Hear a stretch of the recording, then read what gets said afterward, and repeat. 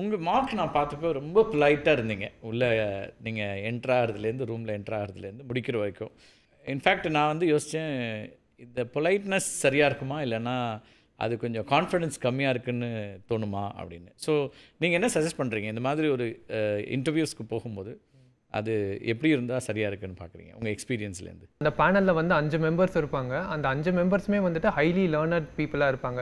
So IAS officers, IPS officers, retired people இருப்பாங்க.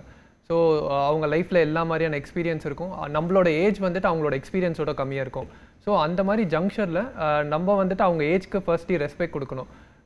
நம்ம என்ன ரொம்ப கான்ஃபிடென்ட்டாக ஓவர் ஸ்மார்ட்டாக அவங்களுக்கு ஆன்சர் பண்ண ட்ரை பண்ணால் தே மே ஃபீல் அஃபெண்டட். ஸோ நமக்கு தெரிஞ்சதை பொலைட்டான டோனில் சொல்லலாம். ஏன்னா நம்ம கண்ணாடி மாதிரி ஆப்ரேட் பண்ணணும். எல்லாருக்கிட்டையும் we need to have a different approach மாதிரி. ஸோ எஸ், அங்கே மார்க் போர்டில் பொலைட்டாக இருந்தால் I feel it is better. பொலைட்டாக வந்து நம்ம வந்து இப்போது கேட்குற கொஷின் அதுக்கான டைரெக்ட் ஆன்சர் ஒன்று இருக்கும். அது தவிரவும் நம்ம கூடுதலாக பேசாமல் இருக்கிறது நல்லதா? என்ன what is you suggestion like? அந்த இன்டர்வியூஸ் மார்க் இன்டர்வியூ 20-25 மினிட்ஸ் போகும்.